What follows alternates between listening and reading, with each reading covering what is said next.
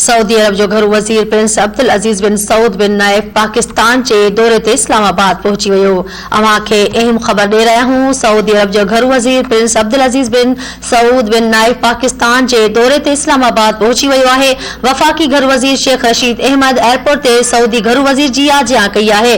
Prince Abdul अजीज Saudi घरू वज़ीर civil ऐं फौजी सरबराहन सदर आरिफ अलवी वज़ीर आज़म इमरान खान सां मुलाक़ातूं पिण कंदो। घरू वज़ारत जो दौरो बि कंदो ऐं घरू वज़ीर शेख रशीद सां मुलाक़ात पिण कंदो।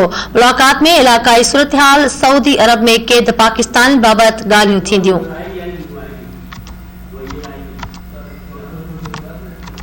अहम खबर दे रहे हूं। वफाकी घरू वज़ीर शेख रशीद अहमद एयरपोर्ट ते सऊदी घरू वज़ीर जी आजियां कई आहे। प्रिंस अब्दुल अजीज सऊदी घरू वज़ीर सिविल ऐं फौजी सरबराहन सदर आरिफ अलवी ऐं वज़ीर आज़म इमरान खान सां मुलाक़ातूं पिण कंदो। घरू वज़ारत जो दौरो पिण कयो वेंदो ऐं घरू वज़ीर शेख रशीद सां मुलाक़ात कंदो। मुलाक़ात में इलाक़ाई सूरतहाल, सऊदी अरब में कैद पाकिस्तान बाबति ॻाल्हियूं थींदियूं।